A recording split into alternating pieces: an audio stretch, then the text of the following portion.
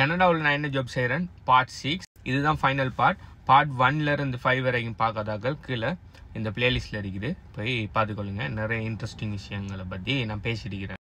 Part 5ல் நான் சொல்லியிருந்தேன் insurance brokerage, அதாவது நான் எங்கே கார் இன்சூரன்ஸ் எடுத்தனோ அதே இன்சூரன்ஸ் ப்ரோக்கரேஜில் 2 பிரான்ச்சில் இன்டர்வியூ போயிருந்தேன். இன்டர்வியூவில் செலக்ட் ஆகி அவங்க வேலையும் கன்ஃபர்மேஷன் தந்துட்டாங்க. ஆனால் என்கிட்ட ரிபோ லைசன்ஸ் இல்லாததால் ரிபோ லைசன்ஸை எடுத்துகிட்டு வாங்க, உடனே ஸ்டார்ட் பண்ணலாம்னு சொல்லியிருந்தேன். அதுக்கு பிறகு ரிபோ லைசன்ஸை பற்றி அனலைஸ் பண்ணினேன்.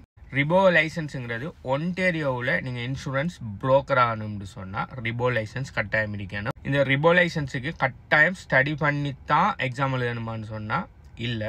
இப்போ கனடாவில் சில லைசன்ஸ் பார்த்தீங்கன்னு சொன்னால் நீங்கள் பேமெண்ட் பண்ணினாலே உங்களுக்கு லைசன்ஸ் கிடைச்சிடும். சில லைசன்ஸுக்கு பார்த்தீங்கன்னு சொன்னால் நீங்கள் எக்ஸாம் எழுதி பாஸ் பண்ணிங்கன்னு சொன்னால் லைசன்ஸ் தருவாங்க. சில லைசன்ஸ் பார்த்தீங்கன்னு சொன்னால் சர்டன் கிளாஸுக்கு போய் அதை படித்து முடித்து அதில் சர்டிஃபிகேட் எடுத்து அதுக்கு பிறகு தான் நீங்கள் எக்ஸாம் எழுதக்கூடியதாக இருக்கும். இப்போ ரிபோ பார்த்தீங்கன்னு சொன்னால் 2வது கேட்டகரி. நீங்கள் படித்தாலும் சரி, அதாவது கிளாஸுக்கு போகணுன்னு சொல்லி அவசியம் இல்லை, நீங்கள் செல்ஃப் ஸ்டடி பண்ணாலும் சரி, ஆனால் எக்ஸாமில் பாஸ் ஆகினா தான் லைசன்ஸ். ஸோ ரிபோட ஃபார்மேட் எப்படி இருக்கும்னு பார்த்தீங்கன்னு சொன்னால் டோட்டலாக 115 கொஷின்ஸ் இருக்கும். அந்த 115 கொஷனில் 100 கொஷனுக்கு தான் அவங்க மார்க் பண்ணுவாங்க. 15 கொஷின் பார்த்தீங்கன்னு சொன்னால் அவங்க புது ஒரு டைப் ஆஃப் கொஷனை இன்ட்ரடியூஸ் பண்ணுவாங்க. அதை எத்தனை பேர் சரியாக செய்கிறாங்க பிள்ளையா செய்கிறாங்கன்னு சொல்லி அனலைஸ் பண்ணி அதை அடுத்தடுத்த எக்ஸாமில் இன்க்ளூட் பண்ணுறேன் இல்லையான்னு சொல்லி டிசிஷன் எடுக்கிறதுக்கு ஒரு டெஸ்டிங் மாதிரி எக்ஸ்ட்ராவாக 15 கொஷின்ஸ் வைப்பாங்க. ஸோ உங்களுக்கு டோட்டலாக 115 கொஷின் வரும். அதில் அந்த எக்ஸ்ட்ராவாக டெஸ்ட் பண்ணுற கொஷின் எதுன்னு சொல்லி உங்களுக்கு தெரிய மாட்டேங்கி அந்த 115ல் 100க்கு தான் அவங்க மார்க்ஸ் போடுவாங்க. அந்த 100ல் நீங்கள் கட்டாயம் 75 பாஸ் சரியாக எழுதணும். அதாவது இது எழுதுகிற எக்ஸாம் இல்லை, நீங்கள் இன்பர்சனாக போய் எழுதலாம், அப்படி இல்லைன்னு சொன்னால் ஆன்லைன்லேயும் நீங்கள் செய்யலாம். எல்லாமே MCQ தான், விட எல்லாமே. அதாவது ஒரு கொஷன் அதுக்குள்ள 4 ஆன்சர் தந்திருப்பாங்க. மோஸ்ட்லி எல்லா 4 ஆன்சரும் சிமிலராக இருக்கிற மாதிரி தான் இருக்கும். ஸோ அதில் சரியான ஒரு ஆன்சர் இருக்கும், அதை செலக்ட் பண்ணணும். நீங்கள் 100க்கு 75 எடுப்பீங்கன்னு சொன்னால் பாஸ். அதுக்கு பிறகு நீங்கள் லைசன்சிங்க்கு ஒரு ஃபீஸ் ஒன்று பே பண்ணணும். எக்ஸாமுக்கு பார்த்தீங்கன்னு சொன்னால் $300. அதுக்கு பிறகு லைசன்சிங் ஃபீ ஒன்று பே பண்ணணும். அதுக்கப்புறம் உங்கள் லைசன்ஸ் கிடைக்கும், நீங்கள் பாஸ் ஆகினீங்கன்னு சொன்னால். இதில் இருக்கிற இன்னொரு பிரச்சனை என்னன்னு சொன்னால் இந்த எக்ஸாம் அன்லிமிட்டட் டைம் எழுத முடியாது. இந்த எக்ஸாமை 2 இன்ஸ்டிடியூட்ஸ் ஒன்டேரியோவில் ப்ரொவைட் பண்ணாங்க. இப்போ நான் ரிபோன்னு சொல்கிறது ஒன்டேரியோக்குரிய மட்டும்தான். நீங்கள் வேறு ப்ரொவின்ஸுக்கு போனீங்கன்னு சொன்னால் வேறு மாதிரி லைசன்சிங். இந்த 2 பாடி மாறும்னு சொன்னால் முதலாவது IBAOன்னு சொல்கிற ஒரு பிளாட்ஃபார்மும், அது பேர் insurance broker association of Ontario, IBAOங்கிறவங்க ப்ரொவைட் பண்ணுறாங்க எக்ஸாம். 2வது இன்சூரன்ஸ் இன்ஸ்டிடியூட்னு சொல்லி இன்னொரு ஆக்களும் இந்த எக்ஸாமை ப்ரொவைட் பண்ணுறாங்க. கொஷின்ஸ்கள் வேறு மாதிரி இருக்கும். சிலாக சொல்லுவாங்க இன்சூரன்ஸ் இன்ஸ்டிடியூட்டில் எக்ஸாம் ஈஸி, சிலாக சொல்லுவாங்க IBAOவில் எக்ஸாம் ஈஸின்னு சொல்லி. இது ஒவ்வொரு ஆக்களை பொறுத்தது. நீங்கள் ஃபிசிக்கலாக ஒரு லொக்கேஷனுக்கு போய் நீங்கள் எழுதலாம், இல்லையா ஆன்லைனில் கூட நீங்கள் எழுதலாம்.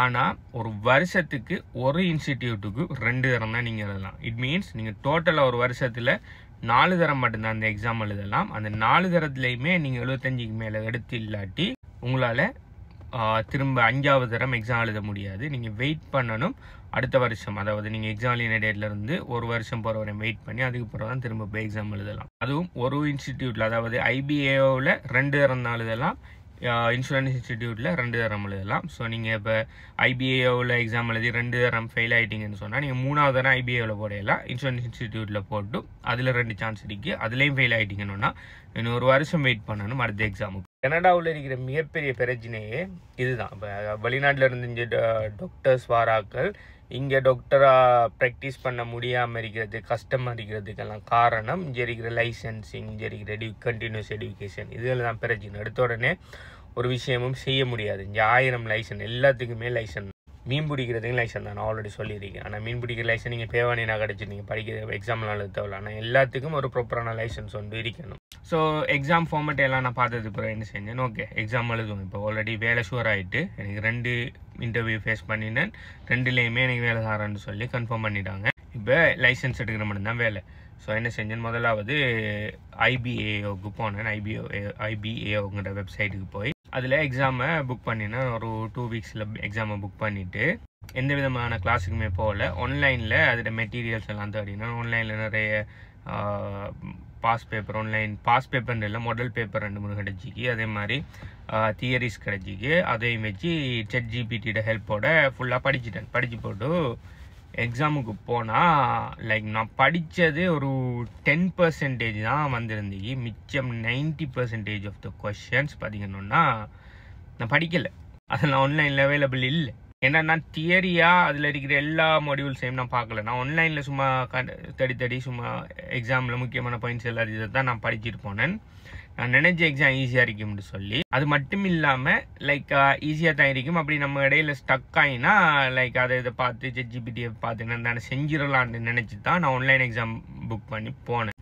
ஆனால் ஆன்லைன் எக்ஸாமோட ஃபார்மேட் எப்படின்னு சொன்னால், நம்ம வேறு இடத்து செய்கிற மாதிரி ஸ்க்ரீன் ஓப்பன் பண்ணி நம்ம ஃபோனை கையில் வச்சு ChatGPTயில் பார்த்து எழுதுறதோ அப்படி இல்லைன்னு சொன்னால் ஸ்க்ரீனில் இன்னொரு ஸ்க்ரீனில் ஓப்பன் பண்ணி அந்த ஒரு விளையாட்டும் விளையாடலாம். ஏன்னா இங்கே ப்ரொக்டர்ன்னு சொல்லி ஒரு வெப் ப்ரௌசர் ஒன்று டவுன்லோட் பண்ண சொல்லுவாங்க நீங்கள் எக்ஸாம் புக் பண்ண உடனே. அந்த ப்ரொக்டர் விஷயம் என்னன்னு சொன்னால், அந்த ப்ரொக்டர் ப்ரௌசரில் கூடாக உங்களோட கம்ப்யூட்டர் ஸ்க்ரீனை அந்த ப்ரௌசருக்குள்ளே இருந்து இன்விஜிலேட்டரால் ஆக்சஸ் பண்ண முடியும். ஸோ உங்களோட மவுஸை நீங்களும் ஆக்சஸ் பண்ணலாம்.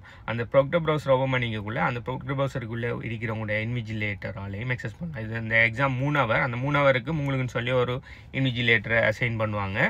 எனக்கு ஒரு லேடி ஒன்று வந்திருந்தாங்க. இவங்க இதெல்லாம் நான் நினைக்கிறேன் வெளிநாட்டில் அவுட் சோர்ஸ் பண்ணுறாங்கன்னு சொல்லி. நான் நேம் இந்தியன் நேமாக இருந்தீங்க, நந்தினின்னு சொல்லி ஒரு ஆள் வந்திருந்தாங்க. அவங்க மெசேஜ் பண்ணாங்க. நான் தான் அவங்களோட இது உங்களோட உங்களோட கேமரா ஓப்பன், அதாவது வெப்கேம் ஓப்பன் பண்ணணும். ஓகே, வெப்கேம் ஓப்பன் பண்ணியிருக்கேன்.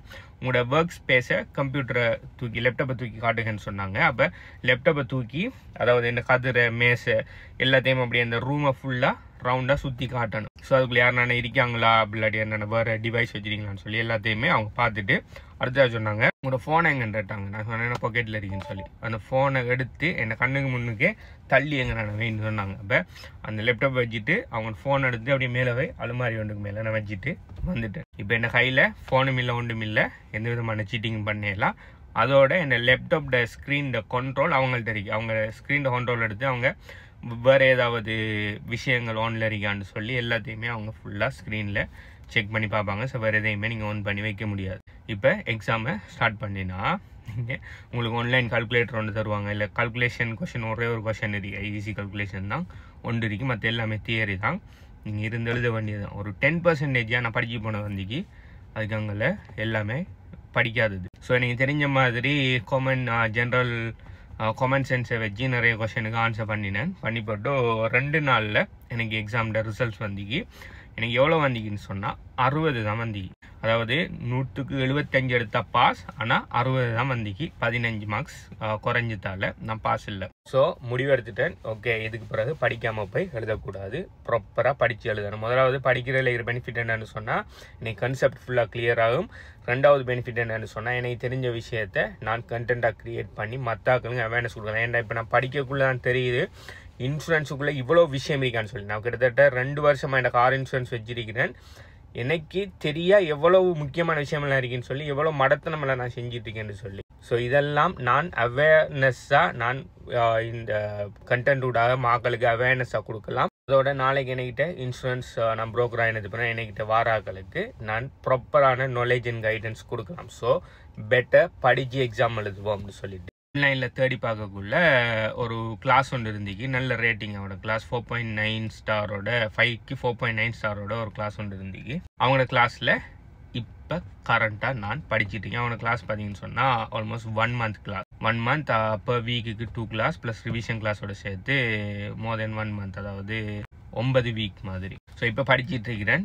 இன்னும் ஒரு 3 வீக்ஸில் எக்ஸாமை போட்டிருக்கிறேன். ஸோ இப்போ படித்து முடிச்சு இந்த எக்ஸாமை எழுத போகிறேன். இப்போ இது எந்த 2வது அட்டம். இந்த வருஷத்துக்கு எனக்கு இருக்கிறது டோட்டலாக 4 அட்டம் இருக்குது. அதில் முதலாவது அட்டம் IBAவில் செஞ்சுட்டேன். இது 2வது அட்டம். 2வது அட்டமில் நான் இன்சூரன்ஸ் இன்ஸ்டிடியூட்டில் இப்போ நான் எக்ஸாமை புக் பண்ணியிருக்கிறேன். ஸோ நான் இந்த எக்ஸாமை செஞ்சதுக்கு பிறகு அதில் பாஸ் பண்ணினேன்னா இல்லையா, பாஸ் பண்ணலைன்னு சொன்னால் நான் அடுத்த என்ன பிளான் பண்ணியிருக்கிறேன், பாஸ் பண்ணிட்டேன்னு சொன்னால் நான் என்ன செய்ய போகிறேன் அடுத்ததுன்னு சொல்லி எல்லாத்தையும் பார்ட் 7 வீடியோ இல்லாட்டி அதில் ஃபைனல் பார்ட் வீடியோவில் வரும். ஸோ இப்போதைக்கு எந்த insurance home and auto insurance journey பார்த்தீங்கன்னு சொன்னால் இதுதான். So please wish me good luck for my exam. Okay, இந்த எக்ஸாமில் நான் பாஸ் ஆகிறதுக்கு விஷ் பண்ணுங்கள். என்ன நான் பாஸ் ஆகினேன்னா இன்சூரன்ஸ் புரோக்கர் ஆகி உங்களுக்கு பெஸ்ட்டான ரேட்டில் ஹோம், ஆட்டோ, ரெண்டல், ஹோம் என்ன இன்சூரன்ஸ் பண்ணிருந்தாலும் நீங்கள் என்கிட்ட இருந்து பெற்றுக்கொள்ளலாம். சூன்.